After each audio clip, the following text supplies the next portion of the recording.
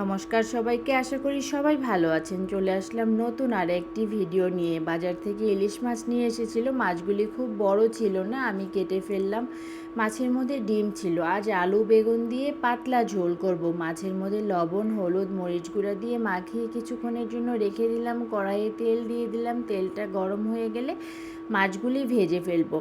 আজ মাছে কোনো পেঁয়াজ ব্যবহার করব না, পাতলা ঝোল করব শুধু কাঁচামরিচ আর জিরা দিয়ে।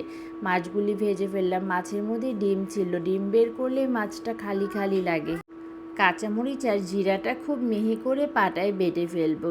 আজ শুধু জিরা দিয়েই তরকারি করব, জানি না কেমন লাগবে, কিন্তু খুব বেশি মজা হয়েছিল। আপনারা ওইভাবে তৈরি করতে পারেন। মাছ ভাজার তেলে বেগুনগুলি একটু হলুদ লবণ মরিচ গুঁড়া মাখিয়ে রেখেছিলাম, ভেজে ফেললাম। আলুটাও ভেজে ফেললাম। যে কোনো তরকারি রান্নার আগে সবজিটা যদি ভেজে ফেলি তবে তরকারিটার স্বাদ একটু বেশি আসে। কাঁচামরিচ আর কালো জিরা সম্বার দিয়ে কাঁচামরিচ আর জিরাটা বেটে রেখেছিলাম, মশলাটা দিয়ে পানি দিয়ে হলুদ লবণ মরিচ গুঁড়া দিয়ে খুব ভালো করে কষিয়ে নেব। মশলাটা যত কষানো হবে খেতেও ভালো লাগবে। ভেজে রাখা আলুটা দিয়ে দিলাম আর মশলাটায় সামান্য একটু পানি দিয়ে দিলাম, কারণ মশলা অল্প কষানো হয়ে গেছে, তেল ছেড়ে এসেছে, ঝোলটা ফুটে উঠেছে। এখন ইলিশ মাছগুলি আর বেগুনগুলি দিয়ে দিব।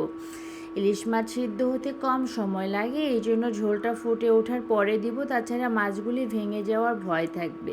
বেগুনগুলি দিয়ে দিলাম আর ঢাকনা দিয়ে ঢেকে নিব। খুব অল্প সময়ে রান্না হয়ে যাবে। একেবারেই পাতলা ঝোল করব না। থালটায় যে তেলটা ছিল সেটাও দিয়ে ঢাকনা দিয়ে ঢেকে দিলাম। ঠিক 5-6 মিনিট পরে আমি একটু এদিক ওদিক করে নেড়ে নিলাম, কিছুটা কাঁচামরিচ দিয়ে আবার ঢাকনা দিয়ে ঢেকে দিলাম। ঝোলটা শুকিয়ে গেছে আর আমি নামিয়ে নিলাম। গরম ভাত দিয়ে খেতে খুব ভালো লেগেছিল। ভিডিওটি ভালো লাগলে লাইক কমেন্ট শেয়ার করে পাশে থাকবেন।